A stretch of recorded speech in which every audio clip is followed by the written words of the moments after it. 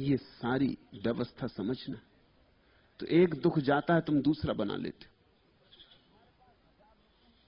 तुम्हारे पास 1000 रुपए हैं, तुम कहते हो 10,000 हो जाएं, बस फिर निश्चिंत हो जाऊंगा। तुम क्या कर रहे हो? तुम्हारे पास 1000 रुपए हैं, 1000 रुपए का तुम सुख नहीं उठा रहे, तुम 9000 का दुख पैदा कर रहे हो। तुम कह रहे हो 10,000 हो जाएं, तुमने 9000 का दुख पैदा कर लिया, क्योंकि 10,000 हो जाएं और 10,000 है नहीं, है केवल 1000, तो 9000 नहीं है मेरे पास, ये दुख तुमने पैदा कर लिया। 1000 का सुख तो नहीं उठाया, 9000 का दुख पैदा कर लिया। अब ये दुख कहीं भी नहीं, सिर्फ तुम्हारी कल्पना में, कामना में, वासना में। अब तुम लगे दौड़ने की कैसे 10,000 हो जाए। एक दिन 10,000 भी हो जाएंगे, लेकिन उस दिन तुम कहोगे कि अब लाख से बिना काम नहीं चलेगा। चीजों के भाव भी बढ़ गए और जिंदगी कहां से कहां चली गई। और निश्चित ही जिस आदमी के पास 1000 रुपए थे, उसकी आकांक्षाएं बहुत से बहुत 10,000 तक दौड़ सकती थी। वो भी जानता था इससे ज्यादा की आकांक्षा करना सीमा के बाहर जाना होगा।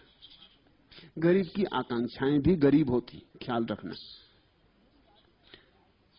अब गरीब आदमी ऐसा झाड़ के नीचे बैठा हुआ सपने नहीं देखता कि मैं सम्राट हो जाऊं। ये बात जरा इतनी फिजूल लगती, इतनी मूर्खतापूर्ण लगती कि ये होने वाली नहीं, ठीक पास नहीं।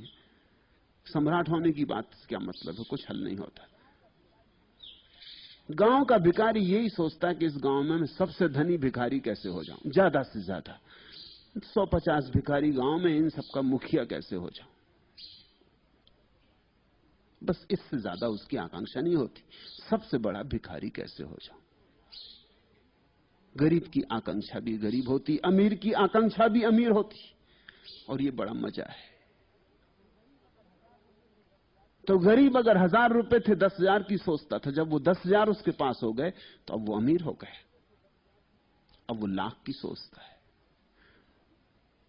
और 90,000 का दुख पैदा कर लेता है। इसलिए अमीर आदमी ज्यादा दुख में पड़ता चला जाता है, क्योंकि जैसे जैसे उसकी संपदा बढ़ती है वैसे वैसे वासना की हिम्मत बढ़ती है।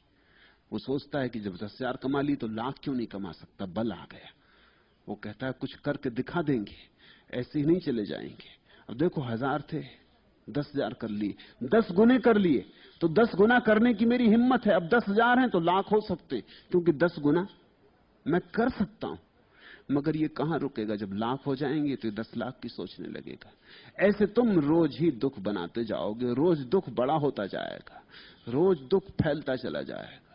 एक दिन तुम अगर पाते हो कि तुम दुख में घिरे खड़े हो, सब तरफ दुख से भरे पड़े हो, दुख के सागर में डूबे हो, तो किसी और की जिम्मेवारी नहीं, तुमने अपनी ही वासनाओं की छाया की तरह दुख पैदा कर लिया है।